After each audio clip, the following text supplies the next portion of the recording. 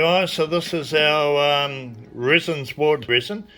This is what we use to finish all our tabletops, and we also use this for resin art because it is amazing for resin art.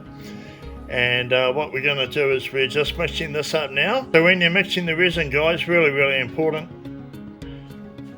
give it a really good mix it thoroughly all the way through. Make sure you wipe down the sides of the bucket. Generally what I like to do is I like to calculate the resin volume, calculate the hardener, put it into two separate containers, put the hardener in first, so the hardener is actually lining the side of the bucket, so then when you put the resin in, you aren't going to have this, it's kind of like a bit of a dead product sitting on the side.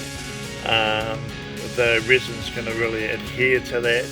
And just really, you know, the particles are going to suck it all in, so it's a really good thing. Anyway guys, so another good point to remember is when you're mixing your resin, I like to use the 2 bucket method. So once I've got it mixed, I pour it out of this bucket into another bucket, and then mix half volume in each bucket, and then mix the two again, and then just keep repeating that process 2 or 3 times, and that ensures to me that the resin is fully mixed.